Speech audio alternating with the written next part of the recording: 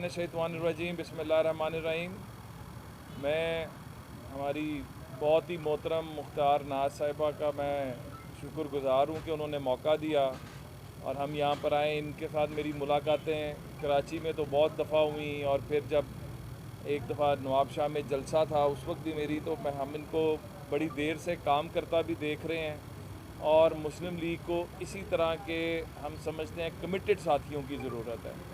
जो यहाँ पर शहर की तंजीम से भी जो मेरी मुलाकात हुई, जो बाकी दोस्तों से भी हुई, इस वक्त पाकिस्तान को आगे लेके जाने वाली एक ही क़ुव्वत है जिसका नाम नवाज़ शरीफ है। और 2018 का जो इलेक्शन है वो पाकिस्तान की तारीख़ का एक स्याह बाब है, क्योंकि वो नवाज़ शरीफ जिसने पाकिस्तान से अंधेरों को दूर किया, जो पाकिस्तान में अमन को लेकर आया, जिसने पाकिस्तान में कारोबार कैमरा टीम कैमरा हबीब दुरानी तहसील रिपोर्टर ENN न्यूज़ रोका गया। और ये रास्ता नवाज शरीफ का नहीं रोका गया, ये रास्ता पाकिस्तान की तरक्की का रोका गया, ये रास्ता सिंध की तरक्की का रोका गया।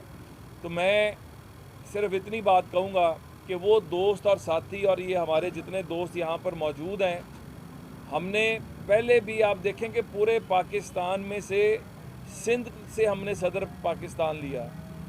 मैं ये बार बार बात दोस्तों से करता हूँ कि जो सेनेटर सिंध असेंबली में हमारे पास वोट नहीं थे, हमने अपने पंजाब के वोटों से सिंध के दोस्तों को सेनेटर मुंतखब कराया ताकि सिंध की नुमाइंदगी रहे।